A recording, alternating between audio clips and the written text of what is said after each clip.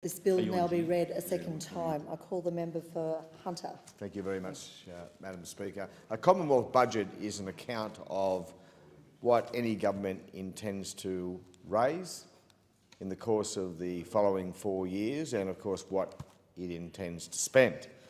So, axiomatically, the 2015 budget is as much about Tony Abbott's first budget as it is his second.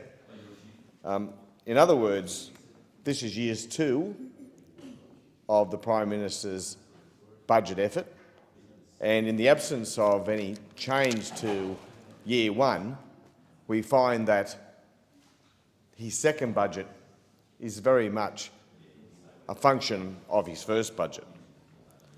Now, Madam Deputy Speaker, I make that point because while this is a budget which has been essentially rebranded due to lessons learnt from the way in which the first budget was badly sold, but it's essentially the same budget. It's the same budget because all the nastiest cuts that were included in the first budget remain in the second budget. Sure, there's some changes which were welcome. For example, the $7 GP co-payment is no longer there, but the freeze on the indexation of rebates to GPs are still there, and of course the people who will be most affected by that freeze are those with the least ability to pay. Changes to the PBS system, which will impact on low-income earners greatest, are still there. The reintroduction of fuel tax, excise indexation, still there, and of course those with the least ability to pay will pay. The big one is the $80 billion worth of cuts to state and territory governments, which they in turn use to fund the all-important education and health systems in their jurisdiction.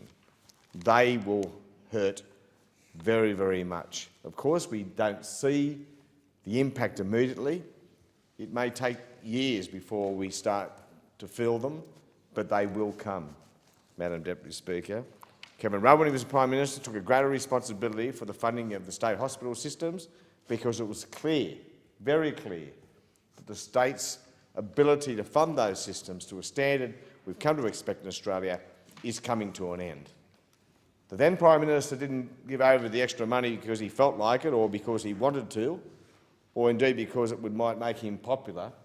He handed over the additional money by necessity, in the recognition that in the absence of that additional money, our public health system would eventually grind to a halt, and these cuts will almost certainly, if not ground them to a halt, lead to a significant deterioration in the experiences of people who front to our public health system for assistance.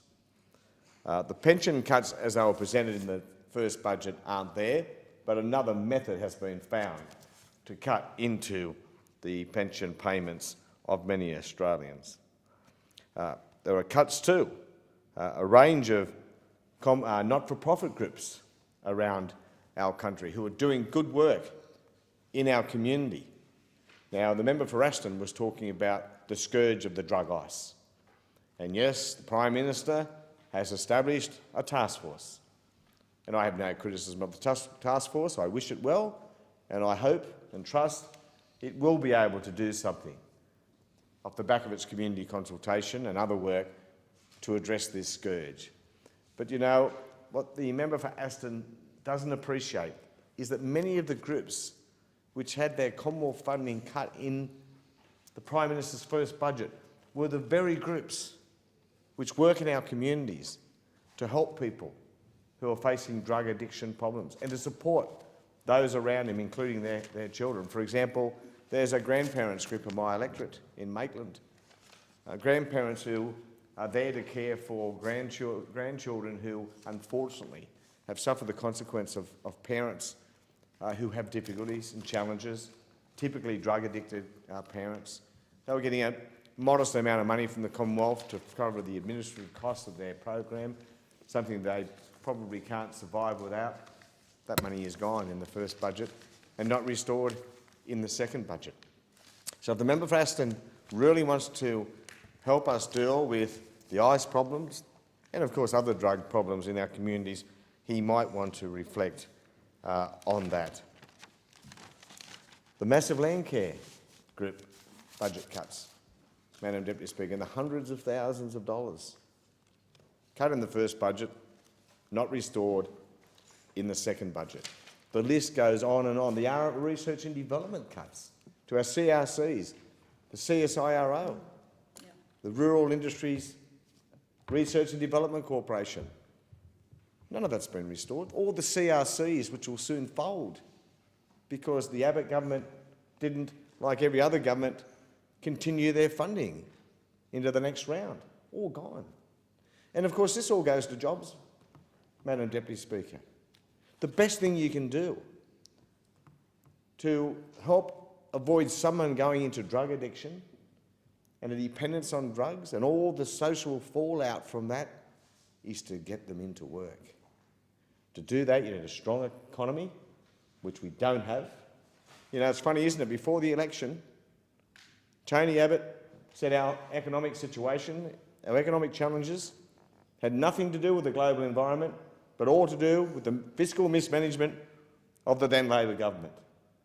No recognition of the global financial crisis and the fact that we were one of only a very few Western economies to come through the GFC without falling into recession.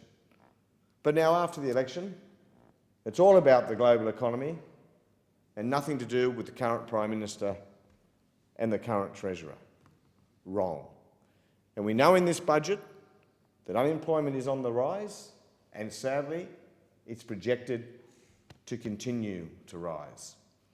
And of course, as complex as the national economy is, there's a pretty simple explanation for that. Sure, iron ore prices have fallen dramatically, but that was happening before the Prime Minister was elected. I firmly believe, and genuinely believe, a major contributor to that is the way in which this Prime Minister and his Treasurer have talked this economy down over a 20-month period. You can see consumer confidence plummeting as a result. And that's not a way to generate employment in a slowing economy. And now we see in this budget the narrative's changed. Oh, now we need fiscal stimulus. There is no budget emergency any longer. There is no debt crisis. Now we're free to spend some money to stimulate the economy. This is the problem with this government. It lacks an economic narrative. It lacks a capacity to pursue structural reform. We all agree with social policy reform, Madam Speaker. Labor governments in the past have done excellent work in reforming social policy reform. The way we pay pensions and other benefits, for example, in 1901 are going to differ to the way in which we pay them in 2015. Of course, society changes dramatically, our demographic changes, our population changes, our age profile changes, and social policy is an area which is constantly in need of adjustment. But this is not adjustment. This is a government has gone in search of easy, quick savings measures, not affecting those with the capacity to pay, not reflecting the fact that some people have come out of the situation where they might not need as much government support as previously was the case. No, they went right to the bottom, right to pensioners and the unemployed and those who are relying on allowances like family tax benefit B to make ends meet on a weekly basis. That's not structural reform, Madam Deputy Speaker. That is just lazy policy change designed to make up for the inadequacies of this government's economic approach. Now, Madam Speaker, unemployment matters in my electorate. Unemployment matters in my electorate very much. I like the old Neville Wran phrase, there are only two issues in politics, jobs, jobs and jobs. And you know, we have a very diverse electorate in Hunter, a whole range of agricultural pursuits, dairy, beef and grains, horticulture, of course viticulture, for which we are most famous. We have within our boundaries the horse capital of Australia. We have a huge services sector and a very large manufacturing sector, albeit a lot of that manufacturing is tied to the coal mining industry. Now, in all the time I've been in politics, both local and federal, Madam Deputy Speaker, I've dealt with land use conflicts, and we have plenty of them in the valley. Coal mining is huge, a huge employer and a huge contributor to economic output. And of course, it has lived side by side in relative harmony with viticulture and thoroughbred breeding and other agricultural pursuits for many years.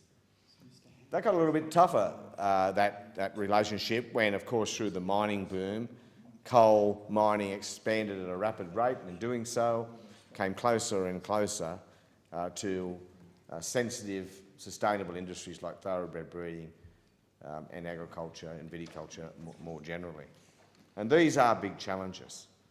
But as diverse as our economy is, it's coal mining that puts the icing on the cake for us. It's coal mining that gives communities like Muswellbrook a median weekly income, second only to Bootside, Merryweather and Newcastle. It's coal mining that causes our unemployment rate to drop from when I was first elected, from 13.5% to at one stage 3.9%. We could never hope to do that without coal mining, and it's the decline in the boom, the move on from the investment phase of the boom, which is causing unemployment now to rise again towards double-digit figures. I make an appeal to people. I say this: surely in this 21st century we have the wit to ensure that we can protect our sustainable industries while at the same time continuing to rely heavily on the coal mining industry to put the cream on the cake, or in this case, to keep the cream on the cake. You know, I go to school presentations, I look out into the crowd at all the parents, and a very large slice of them are wearing the typical fluoro-type uniforms worn in coal miners. I go to the pub and the clubs and the supermarkets, and I see them everywhere. And I often ask myself, what sort of economy we would have without them? Some might say we can replace them. Well, I'm happy to hear that argument, but I haven't heard any bright ideas yet. Now, the frustrating thing for me is this is largely the domain of the state government. And I'm not going to be generally critical of the state government, but I'm increasingly concerned that state governments are moving towards these sort of blanket bans on coal seam gas resources and coal mining resources. We should never put blanket bans on resource projects, Madam Deputy Speaker. We should treat every case and project on its merits. And some will be developed at no expense to our sustainable industries. And I should say that sustainable industries take priority, because hopefully they'll be with us for thousands of years, while some of these projects will be with us for maybe 100 years, if that. But there are projects that can be sustainably developed without a threat to other industries, and we should always ensure that these things are treated on merit. It takes me to an issue fairly close to my heart these days, and that's the capacity of the Commonwealth to intervene in these projects. I think it is good to have a second referee, if you like. Once a project runs the gauntlet of the state government consideration process and approvals processes, the EPBC allows the Commonwealth to take a second look if there are issues around flora, fauna and now water, since the initiative taken by the former Labor government, now water. And I think that helps us make the industry more sustainable, because it gives a guarantor to the broader community that there are checks and balances in place. And I'm really concerned that this government, the Abbott government, wants to send those rights and that role back to the very state governments making the first decision in the first place. I say don't do that. Keep the Commonwealth involved. In the case of water, keep the scientific panel involved, and let's build community support, important support for our resources industries, by being able to tell people, don't worry, it's not just a matter for the New South Wales government, in my case, or state governments generally, but indeed there is a second referee on the field in the terms of the Federal Environment Minister, and I'm hopeful that if we build that confidence again in our local communities, we will in turn build greater levels of support for the coal and coal seam gas industries where they're appropriate, and that's just going to be so important to employment in my electorate. I thank the member for Hunter. The question is that this bill